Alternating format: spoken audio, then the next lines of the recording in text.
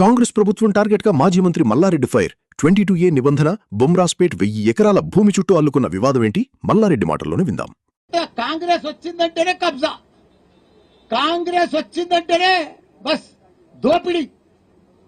ఎక్కడ చూడు నువ్వు తెలంగాణ రాష్ట్రం అంతా కూడా వాళ్ళకు రైతులకు న్యాయం చేస్తామని గవర్నమెంట్ వచ్చింది. అంతటా న్యాయమే, ప్రతి జాగలో ఎగ్గొట్టేదే రైతులను. వాళ్ళు కాంగ్రెస్ అంటేనే కాంగ్రెస్ ఎగ్గొట్టేది. మీరు ఎక్కడైనా చూడండి. ఇప్పుడు మన రంగారెడ్డి జిల్లా మేడ్చల్ జిల్లాల 1 కోటి ఎకరాల చిల్లర 22A తీసుకొచ్చింది. ఆ 22A అంటే అర్థమే కాదు. మరి 22A సీఎంకు తెలియదా, కలెక్టర్లకు తెలియదా, రెవెన్యూ మంత్రికి తెలియదా? ఇది ఎందుకు వచ్చింది 22A?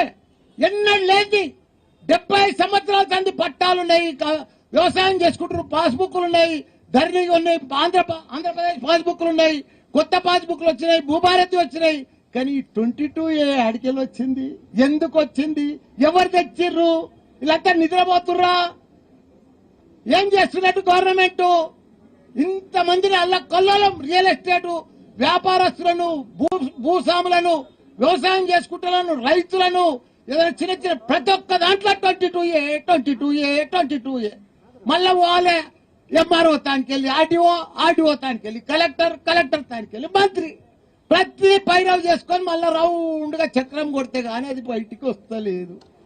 నిన్న మాత్రం దయదలిచి కనుకరించిండే మన సీఎం, నేను 22A ఉంటే అందరినీ కాపాడుతా అని. చాలా మంచి మాట చెప్పినావు. మరి 22 ఎట్లా వచ్చిందో నువ్వు ఎంక్వైరీ చేయవా? నీ బాధ్యత కాదా? నువ్వు సీఎం కాదా మన రాష్ట్రానికి? అదంటే నిన్న బాధ్యత గల సీఎం లెక్క ఒక మాట ఇచ్చినావు, నేను ఇది కాపాడుతా అని. మరి ఇదేంటి బొమ్మరాజపేట ల్యాండ్ 1000 ఎకరాలది, ఇది నీకు బాధ్యత కాదా? స్థానిక కాంగ్రెస్ నాయకులకు బాధ్యత లేదా? ఎవరు చేస్తున్నారు ఇదంతా? ఏ చేతవాడి చేస్తుర్రా? చేతవాడితో అవుతుందా? ఈ నంబర్లన్నీ ఎవరు మారిపోతున్నాయి? ఎట్లా చేతవాడితో మారిపోతున్నాయా? ఎవరిని తెలుస్తలేదా? ఎట్లకెళ్ళి మారుతున్నాయి ఈ నంబర్లన్నీ? ఎవరి పేరు మీద చెప్తున్నాయి? ఐటీసీ కంపెనీది 50 ఎకరాలు మాయమైపోయింది. మరి చేతవాడి మాయం చేసిర్రా? ఎట్లా మాయం చేసిర్రు? ఈ భూమి ఎవరి పేరు మీద పోయింది? ఎవరికి ఎక్కుతున్నది? ఎందుకు ఎక్కుతున్నది?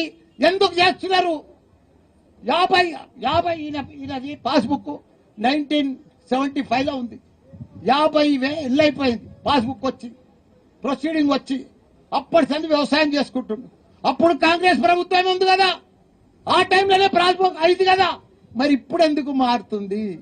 ఎవడో వచ్చిండని, సాదా బైనామని, కోర్టు కేసు వేసిండని, ఏదో జర్రాంతుందని, అమెరికాలో ఉన్నోడు ఇక్కడికి వచ్చిండని, 50 ఏళ్ల కింద పోయినోడు, 60 ఏళ్ల కింద పోయినోడు ఇప్పుడు వచ్చిండని వారికి మీరు హెల్ప్ చేస్తారు.